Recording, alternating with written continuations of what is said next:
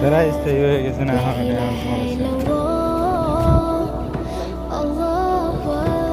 তারপরও বেড়া অধিকার আছে না কোম্পানি মনে করেন যে তো যা কোম্পানি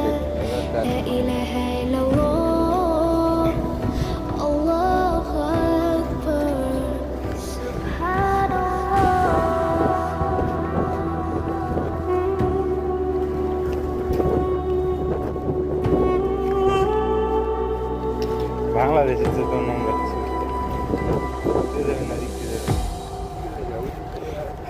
বাংলাদেশে তাও রাস্তাঘাট এরকম তাও মোটামুটি পরিষ্কার আছে সৌদি রাস্তা এই জায়গায় জায়গায় এগুলো তো মনে করেন যে কি না আসলে বেশ না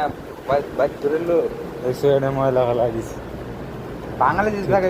ওই রকম হবো এটা জানেন না ওই ওইটাই তো খাইছে বাঙালি জাতটাই তো খারাপ কি ভিডিও করতে রাস্তা চিন্তা হ্যাঁ হ্যাঁ ভিডিও করতেছি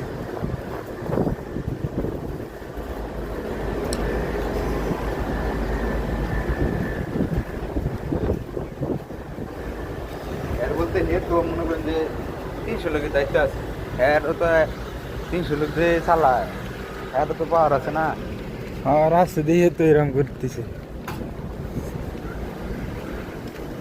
আনারা আমার 300 লোকের মতো আনারা